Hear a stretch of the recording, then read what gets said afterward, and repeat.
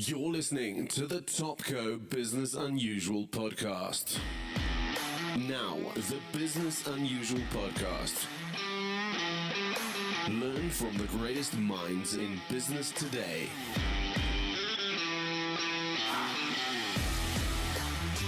Interviews hosted by Ralf Fletcher. Learn how to improve business, get tips from industry leaders, and be motivated by real-life experience. Topco. Business Unusual. So welcome to this week's edition of Topco Business Unusual podcast. Today I'm joined by Christo de Wit, who's the country manager for Luno. So we're going to be talking crypto, we're going to be talking East Asia, we're going to be talking, all these interesting things, and really also about you, Christo. Where'd you get the sparkle from, I suppose, is what we want to find out. But you're also in Cape Town at the moment. Yes, thanks for having me. It's great to be here and have a chat with you. So currently, I'm based out of Cape Town. I am a Cape Town boy, true and true. But before joining Luno, I was actually living in Southeast Asia, in Thailand, for a few years, working over there. I saw that on your LinkedIn profile, and I suppose it really. I was inquiring what made you go there, and I suppose the next question was, well, why the bloody hell did you come back? The question of why you go, why we left South Africa and went to Southeast Asia was purely, I would guess, just wanderlust and looking what else is out there. It came at a time in our lives when we really looked for another opportunity and a little bit of a change of scenery. So my wife and I left South Africa. We spent some time in Vietnam, and then opportunity came knocking in the weirdest way by just a random LinkedIn message saying, "Hey, we're looking for someone in Myanmar." And I was actually at the airport boarding a flight when I got the message, and I go like, "Oh, okay, wait, Myanmar. I know it's in Southeast Asia. I was in Vietnam at the time." And I was like, "Okay, let's Google a little bit. Let's find out." And read up about like the history and all of that at Myanmar. And I go like, "Okay, interesting." And then a few odd discussions here and there. And before I knew it, I was on a flight with all my belongings, my wife and I, to Yangon. Where I joined a rocket internet startup. So I'm sure you're familiar with Rocket Internet, the massive incubator from Germany that gave us the likes of, Lazada and Foodpanda and so forth. And I was working in a marketing capacity for an e-commerce startup that was HQ'd in Yangon, but a regional role looking after Myanmar, Cambodia, Bangladesh, and Cambodia. So that was such a fascinating experience, and it really kind of gave me such great insights into Southeast Asia and the tech scene in Southeast Asia. And as things happen, we were looking, the tech startup was looking for an exit, and while that was happening, another opportunity came knocking next door in Thailand. So we jumped at the opportunity to head over to Thailand, and we really fell in love with the place. I mean, I'm sure everybody that's been to Thailand would fall in love with it. I will add a little bit of a caveat here that living somewhere and going on holiday somewhere are two very different things.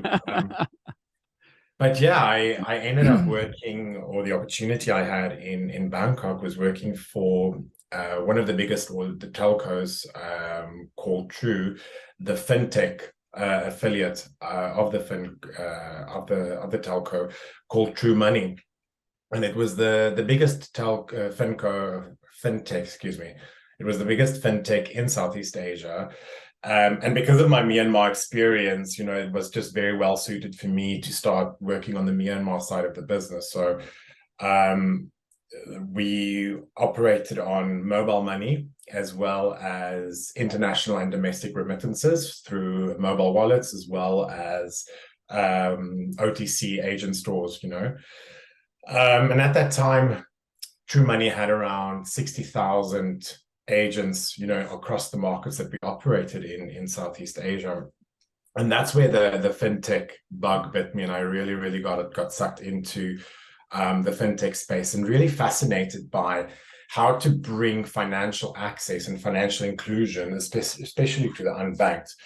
And if we look specifically to Myanmar, and I'm not sure how many of the listeners are familiar with Myanmar, but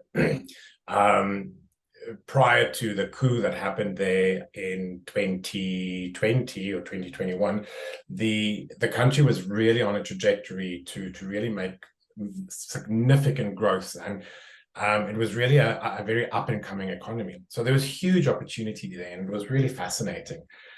I think I really excelled in Myanmar, and before no time, I was promoted to the country manager for our Myanmar operations. So that saw me with my wife still living in Thailand. It saw me jumping on a flight every Monday morning to Yangon, being there from Monday to Friday, and then catch the afternoon flight back to Bangkok, have a weekend in Bangkok, and rinse and repeat for about 2.5 years.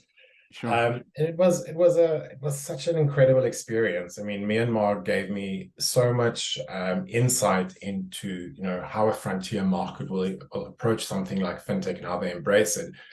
And I think what was so fascinating was the similarities I could draw between the Myanmar market as well as the South African market or African market in general. In Myanmar, they went to mobile first. There was no internet before mobile, so they completely leapfrogged the desktop, laptop phase. It was all mobile, and that was also a very interesting learning curve. The way they used the internet, the way they used money, the way they did transactions. Yeah. And then after my time in Myanmar, when things got a little bit tumultuous, we kind of settled back in Bangkok, where I took a more regional role in the business, overlooking most of our markets, which included Myanmar, Cambodia, Indonesia, Philippines, and Vietnam. And that was from a wallet strategy as well, from a broader marketing perspective. It gave me some great experience for learning how to kind of work with different markets and how to apply different strategies and adjust different strategies across the different markets. And during this time, we were going through the pandemic. We were in lockdown. We couldn't really leave the country. We couldn't come back home. So when we got the opportunity to come back in March this year, my wife and I had been talking and say, and we think the time's right for us to come home. Like I said to you, Table Mountain was calling.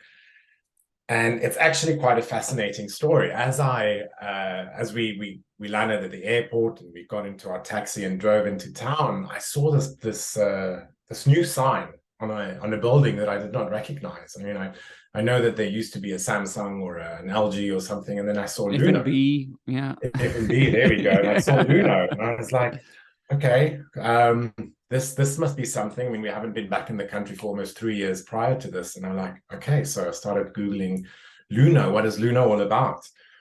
And, prior to this, my wife and I said, okay, we'll see what opportunities are available in the country when we come back. And after having that aha moment with the Luno sign on top of the building in Cape Town, I saw that there was an opportunity for a country manager in South Africa. I said, oh, this looks very interesting. And I guess this is the point in the story we say, well, the rest is history, because here I am. Oh, well done.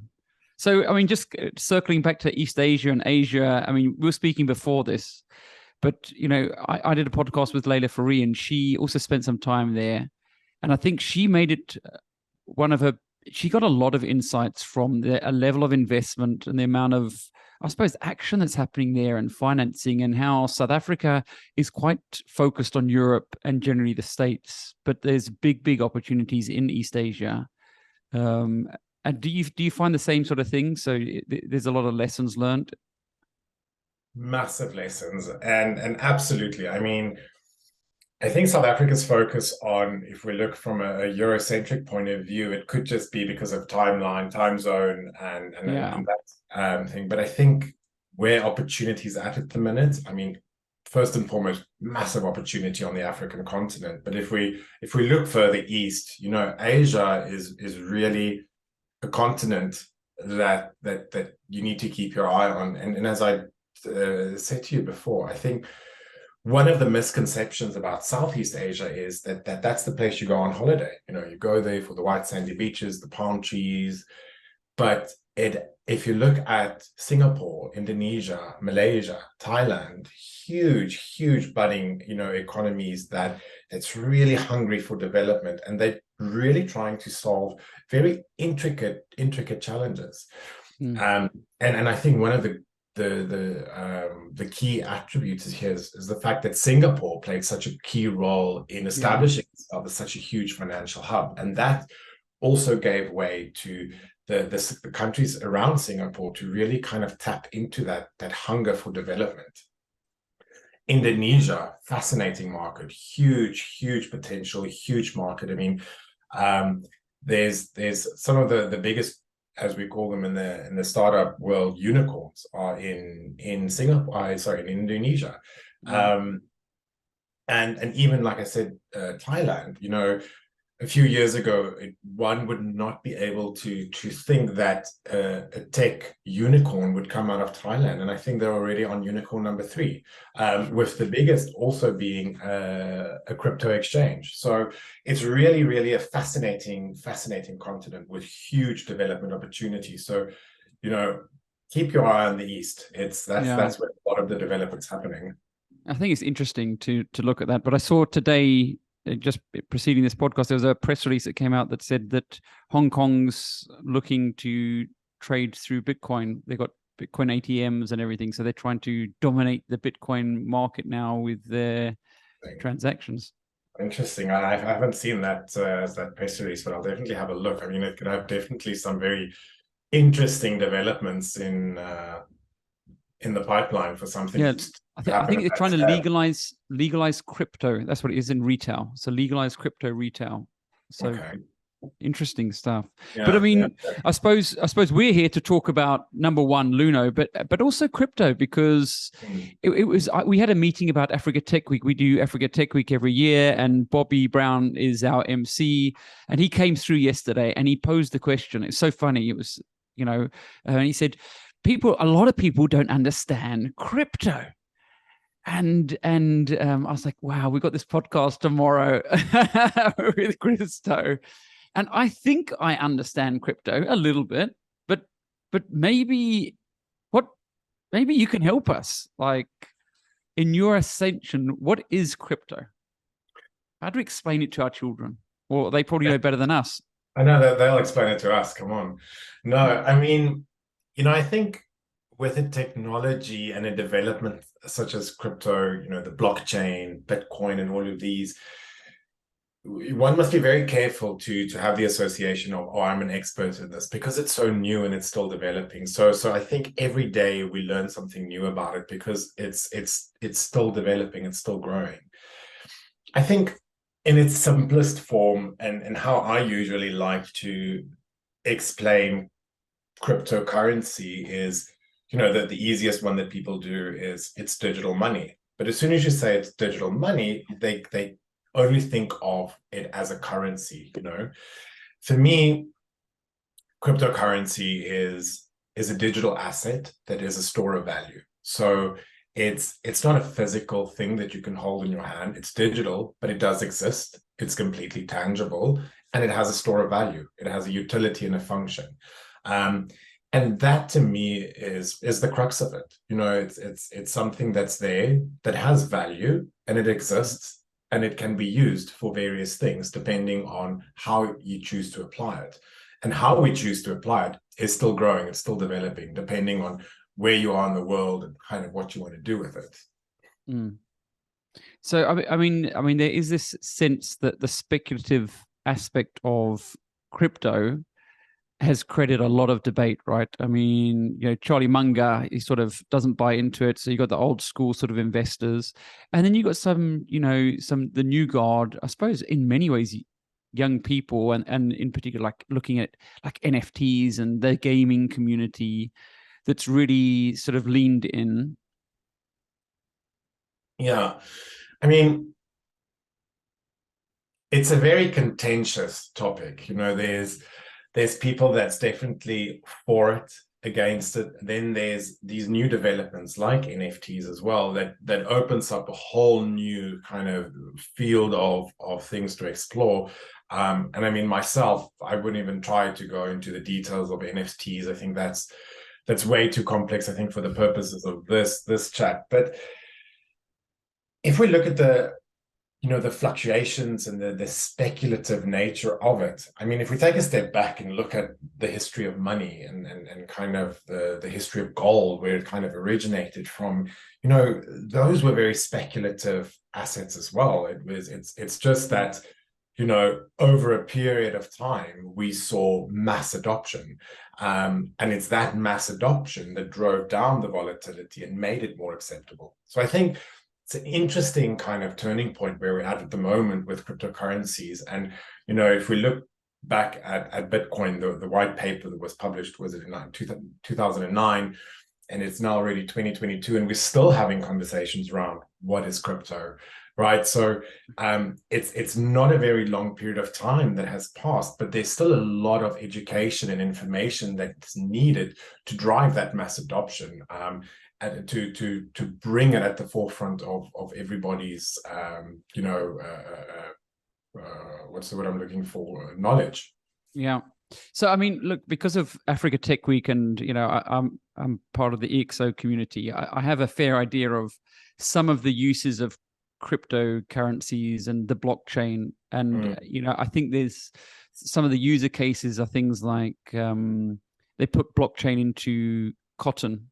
And I think about 90% of cotton was being wasted in South Africa just because of storage and handling and, where it was getting placed. And I think by using blockchain and finding out where the challenges were or where the cotton was getting ruined, they were able to get 100% of the value of the cotton because, it wasn't lying dormant and in storage. And so they were able to put it to good use. And I suppose that these are some of the contracts that blockchain and I suppose crypto can create. But I mean, what other uses are you seeing? That's actually, it's a very fascinating example, and it's actually such a good way to explain it as well, because as soon as you try to explain the blockchain using cryptocurrency, that's when people go like, they look at you a little bit cross-eyed. But then when you take another real world example, you go like, oh, it makes a lot of sense. Because, I mean, if we look at the blockchain, ultimately it's a ledger system. The only difference is this ledgering system is completely transparent. Everybody has access to it, and everything that happens on it can be seen and be verified. And I think that explanation really kind of makes it very, very clear to everyday people. I mean, other uses for it, if we just look at cryptocurrencies, I mean, there's so many. It can be used as a form of payment, right? So where the currency part of the term really comes into play, where you go to a shop that accepts Bitcoin and you can, or any other cryptocurrency for that matter, and you can buy a cup of coffee with your Bitcoin or a Tesla. Yeah, you can buy a Tesla if you want. And the other one is that's, I think, something that holds huge opportunity, but obviously still needs a lot of thinking and a lot of discussion is the one for remittances, which also ties back to my Southeast Asian experience, because remittances, especially if we look at developing and frontier markets such as Africa, such as Southeast Asia, there's huge populations of migrant workers that they work somewhere but they live somewhere else, need to send their money home, and the way that these remittances are carried out are usually by intermediaries or third-party services that really charge quite a premium. I mean, remittances are super expensive. You're looking anything around 15 to 20% on each transaction, and it's usually very small ticket items as well. I mean, the basket size that they remit is not necessarily that great, but it's the sheer volume of those remittances, the amount of people that do it. That's where cryptocurrency, opens up potential for this to solve a real problem and really to put the power back into the consumer's hands. Now, having said that, if we look at maybe, the African continent to really drive that sufficiently. The needed infrastructure is not there yet. The needed checks and balances are not necessarily there, but it's definitely a potential use case that can be solved.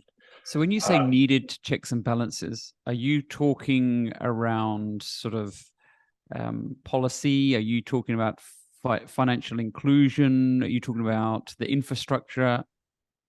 I mean, all of the above. I think if we first look at policy, if we look at the transfer of money on such a global scale, there needs to be some policy in place to make sure that the money is used for the right and intended purposes. Obviously, a big thing that as companies that work in the financial industry, anti-money laundering efforts, counterterrorism efforts, those are the kind of checks and balances that I'm speaking of. The needed infrastructure. If, let's say, a person works in country A and lives in country B, but country B has no way for that person to use their cryptocurrency, then there's also not a lot of utility in having that ability to send the cryptocurrency. So that's the wider infrastructure that's needed. How do we bring the cryptocurrency to life? How do we use it as a method of payment? And how can that go across the board, throughout the entire kind of needs of people, not just as I earn my salary, I convert it into crypto, I send it from point A to point B, and then do the conversion again, because then you're also losing out. Because obviously, if that is done through exchanges, then obviously there's a commission to be paid as well. But the potential is there, the opportunity is there that this technology can solve that and really empower customers.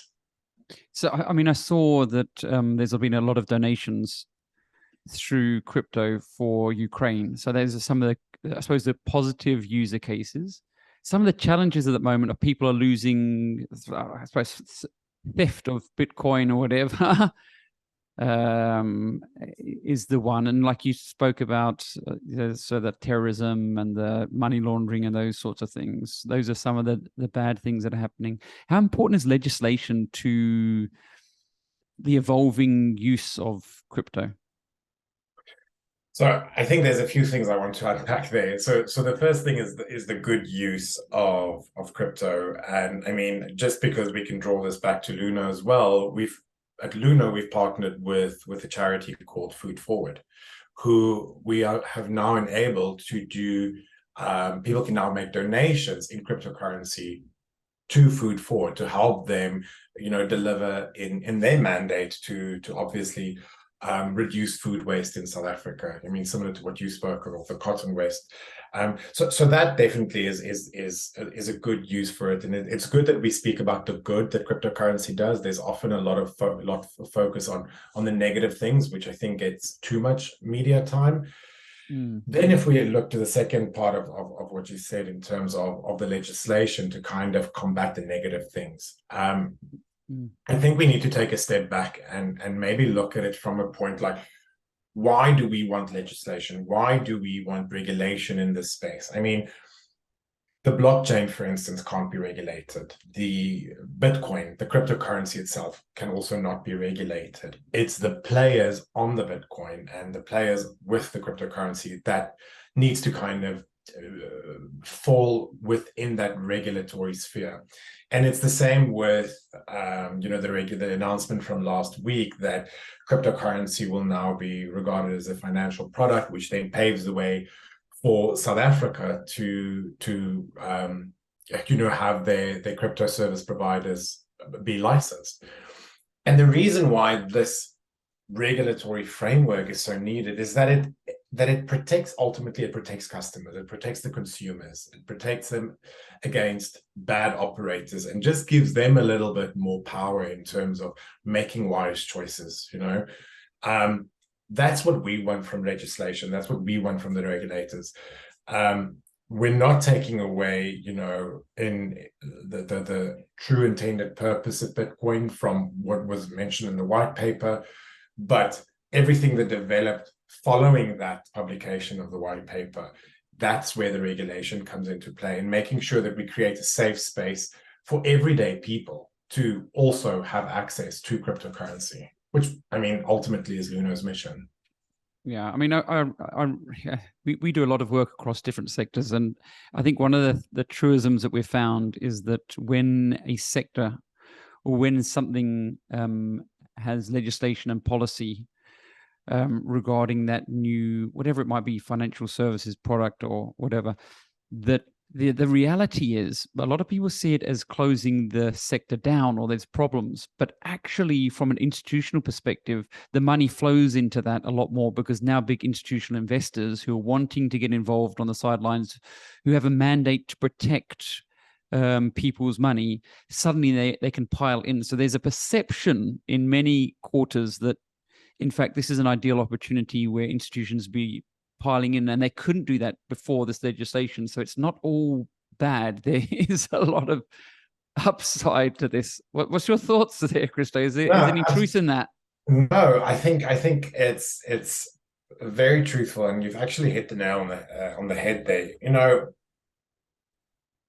people hear legislation, regulation, and they immediately put a negative spin on it. What regulation allows is just as you mentioned, it creates that safe space with clear rules on how to operate in this environment. And when a certain industry becomes regulated, that's also when you see mass adoption following, because the industries that come that's not regulated, and if we use cryptocurrency for an example, you have your early adopters, people with a very high risk appetite, you know, and that's fine. But if you want to kind of move into a more mass market appeal and mass market approach, you know, legislation and regulation is super needed. But also to achieve that mass market adoption, you need to have certain key relationships with, you know, certain institutional players, like in our instance with the banks. You know, the banks, for instance, they don't necessarily have a very high risk appetite when it comes to working with cryptocurrency companies. However, in a regulatory environment where, you know, a cryptocurrency service provider is licensed and has the needed, you know, approval to operate, the risk appetite or the risk rating immediately goes down, and that makes for much easier, you know, a relationship with the banks. And, you know, we've already seen that as soon as the notice came out, there was an immediate change in the attitude from the banks towards, you know, working with companies such as ourselves, which is a really you know, positive turn. It means that the tide is changing slowly, and we're really getting there to that mass market adoption phase of cryptocurrency.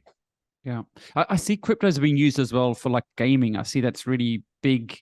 A massive investment. Someone said to me, I think it was it's about $160 billion worth of revenue is coming through the gaming industry a year. The gaming industry is really just a beast on its own. It's super fascinating, and I mean, the gaming industry then paired with, you know, the metaverse, and I think the metaverse for a lot of people has also kind of become, some people are super excited about it. Other people might go like, oh, not another thing about the metaverse. But and I'm not sure if it's to do with the fact that it's just people don't really understand and they don't buy into it because they don't have that context.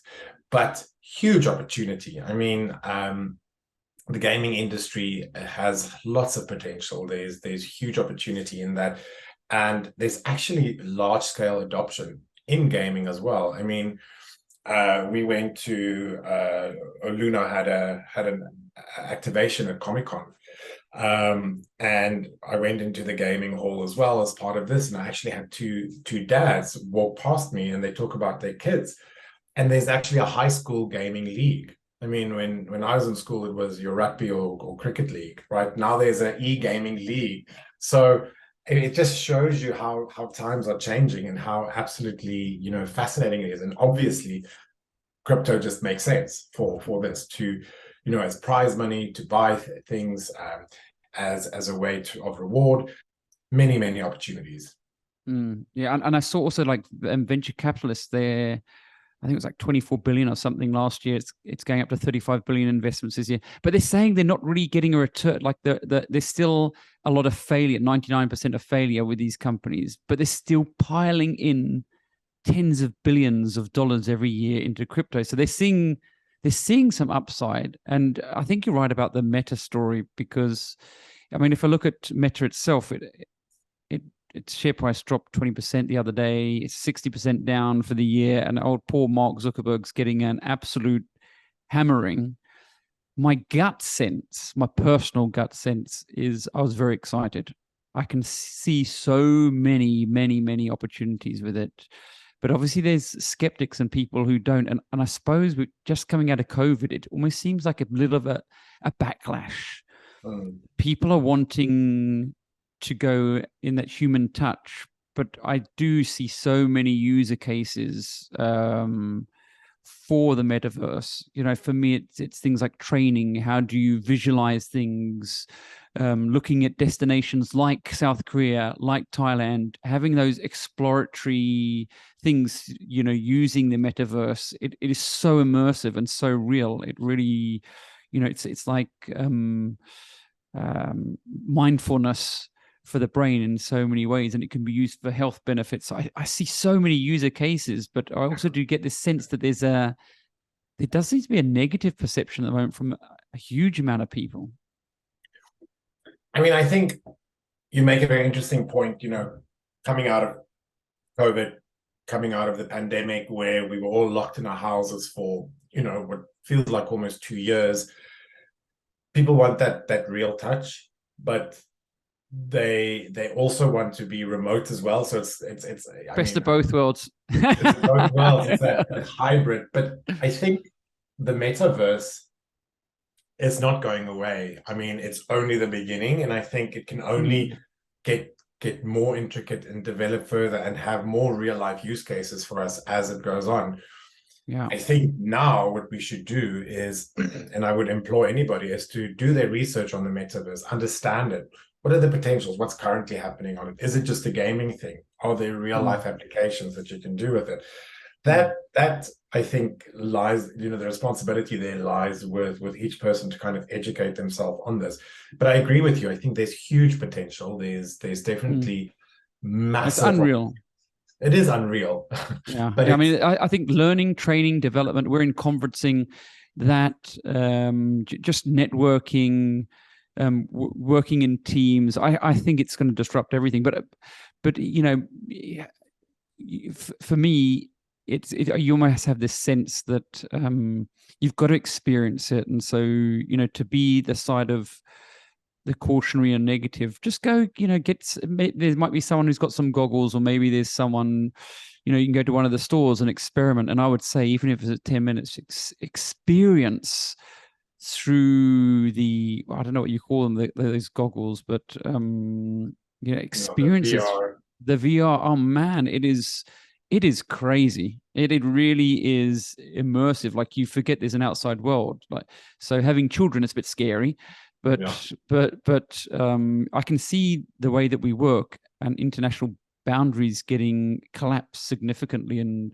so I do see it as massive. But I'm sort of, I don't know if I'm concerned that the negative perceptions, or, you know, I look and see, well, who's driving this in South Africa? Because you need people to get excited to drive these sorts of opportunities.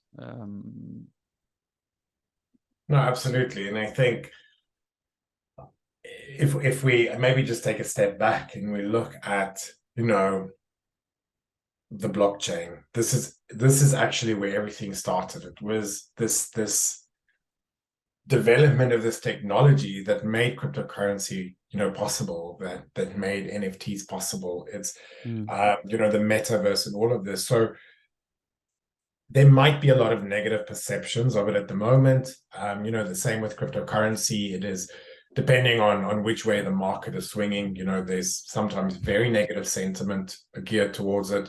And it's, how we like to put it at Luno, is it's a long game, right? You don't go into it for a quick win. You don't go in today and thinking you're going to get a result. If you know, invest 1,000 Rand in Bitcoin today, that image that's portrayed that you're going to get, buy a Ferrari or a Lamborghini in a week's time.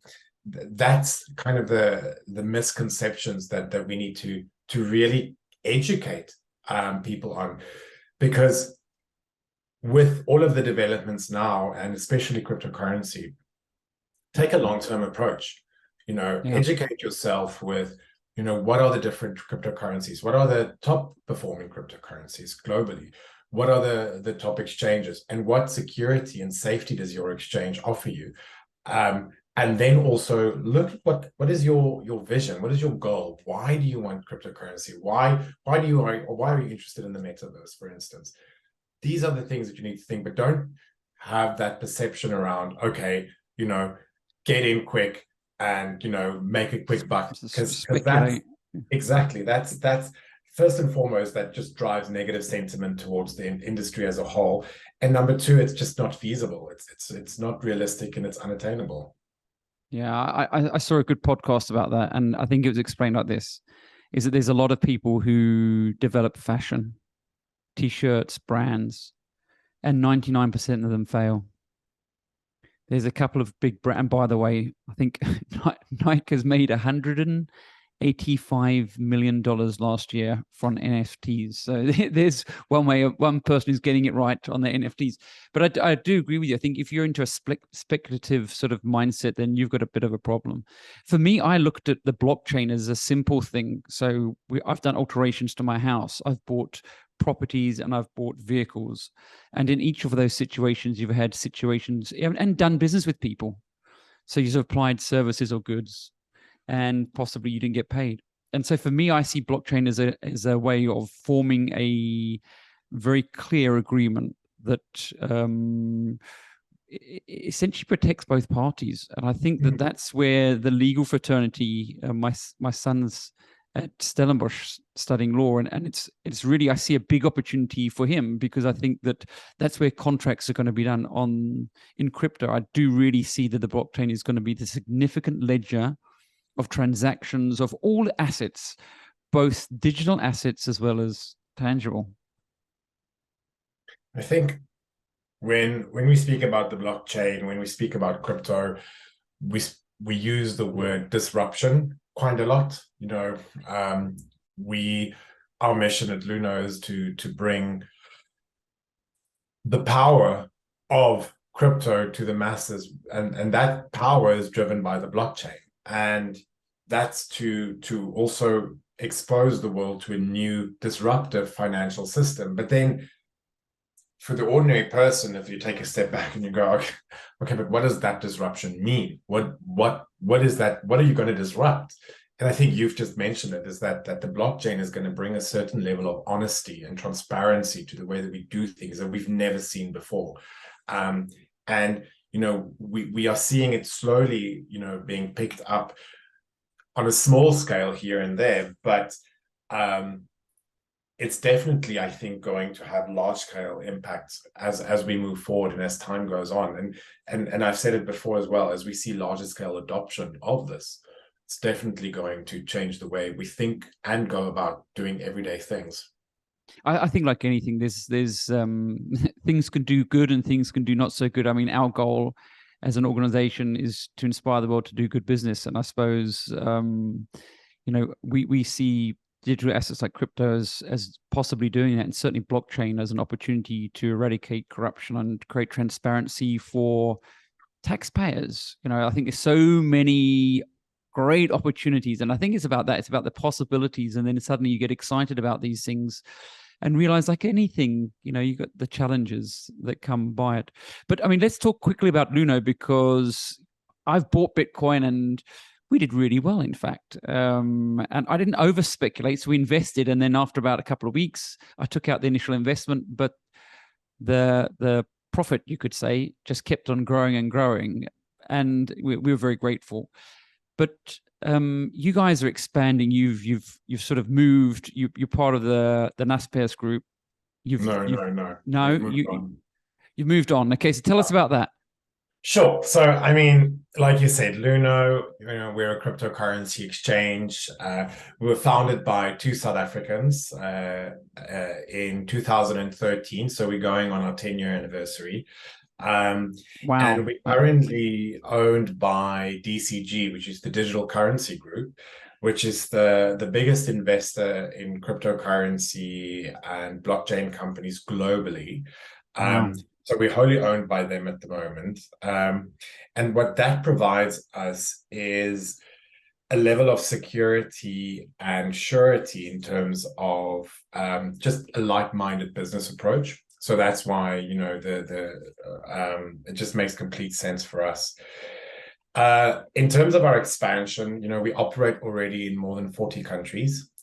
So huge global footprint. We already have over 10 million, close to 11 million customers on our platform, of which South Africa is our biggest market. It was the first market as well.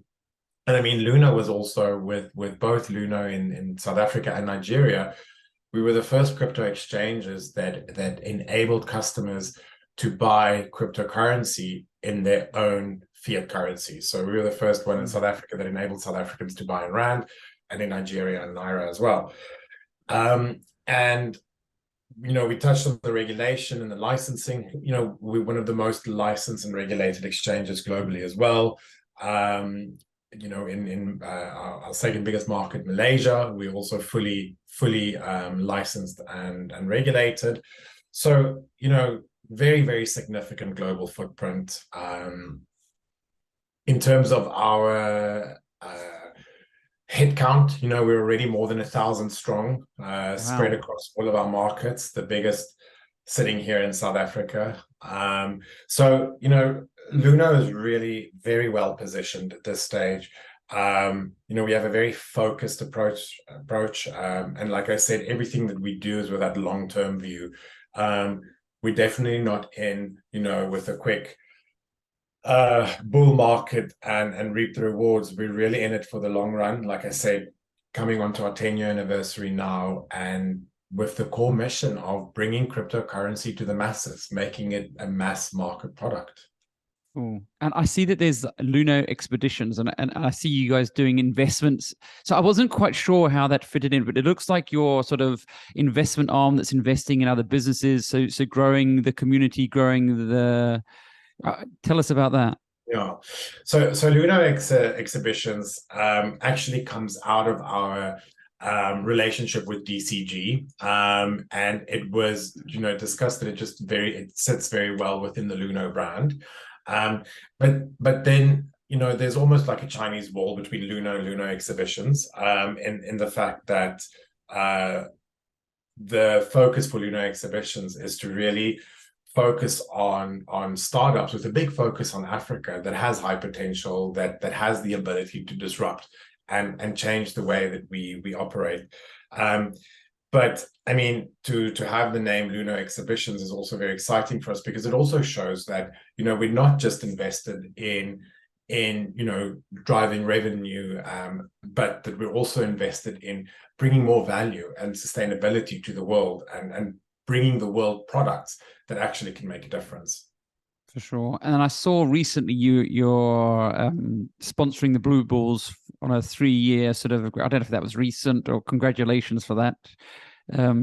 You're really famous now. Why not the Stormers? So what's wrong with the Stormers? I'm not allowed to say no.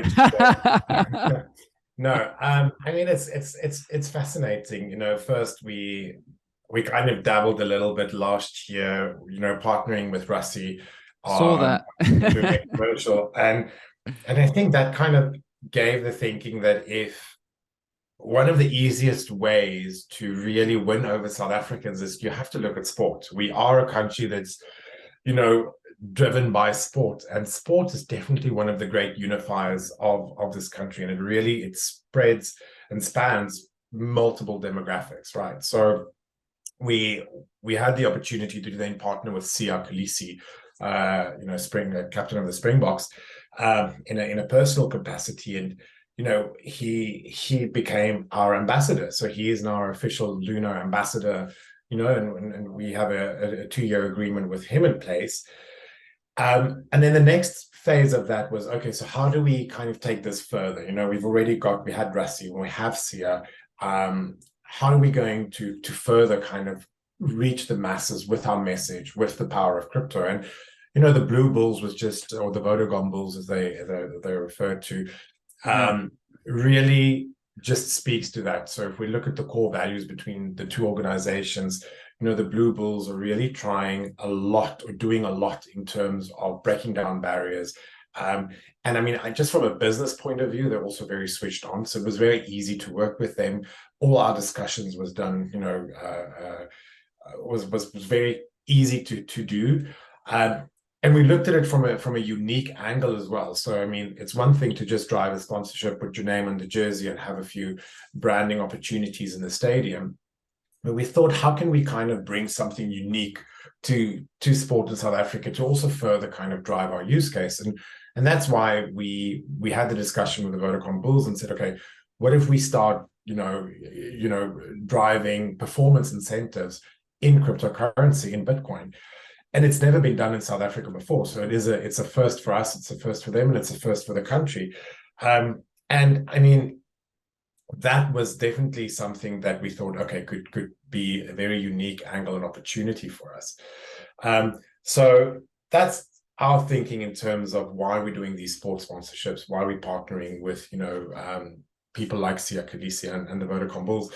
But then we're also not just sport focused. So like I mentioned earlier, we're one of the headline sponsors of Comic-Con this year as well. It's a sponsorship that actually came pre-COVID, but because of the pandemic, we couldn't have the event. So it actually came to life this year. And it was such a fascinating event because that gave us the opportunity to, speak with people on a face-to-face about cryptocurrency, about Luno. And I mean, I was there for all 4 days of the event, from early morning to late night, speaking to people about it. And it was such a fascinating experience to just hear what people's perception are of cryptocurrency, of Bitcoin, of Luno, and also just how little people still know. So and how much work there still is to do to educate people, which we really feel very strongly about at Luno.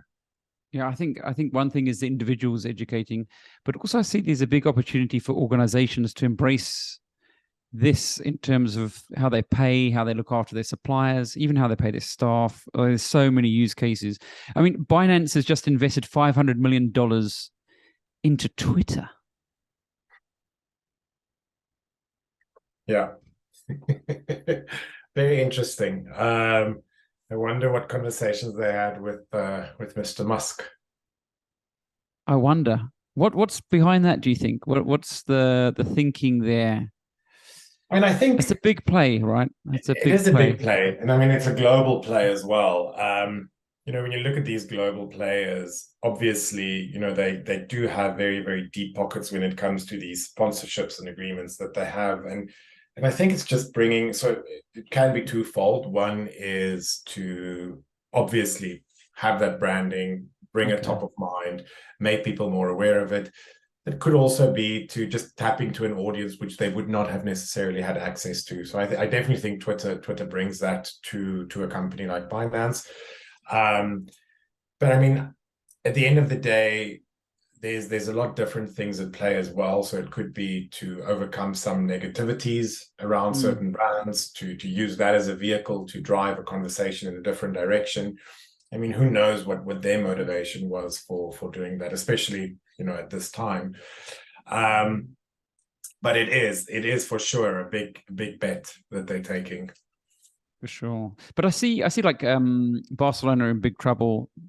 They're getting, there was a lot of talk of crypto companies sponsoring them. There was a lot in the Premier League. So, I mean, crypto is going big globally. It's not just Luno in South Africa that's betting big on crypto. This is a big thing that I don't know how many South Africans sort of realize the nature of this opportunity.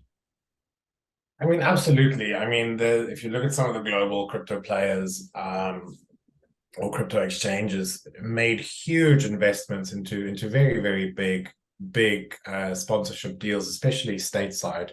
there's a lot going on over there. But some of these companies, I think, overstretched a little bit, Yeah. not really taking the turn of the market into account, and how they're now backtracking on these sponsorships, which I think also sends a very negative message, which obviously we for certainly are not trying to do, and that's why we take we're very calculated with the sponsorships and the deals that we do, to make sure that it sends the right message, hits the right audience, and is aligned with our brand values, right? We won't just do a sponsorship to get the Luno brand out there. We're very selective and making sure that it's aligned with what we want to communicate from a company point of view, as well as making sure that it resonates with our audience. Yeah, for sure. So I suppose, closing up, what's the future for Luno and cryptos do you see in Africa? I mean, what are your sort of ambitions for Luno in the short to midterm? To continue our growth from a South African point of view, we are the market leader at the moment. We do have the biggest customer pool in South Africa out of all the exchanges locally.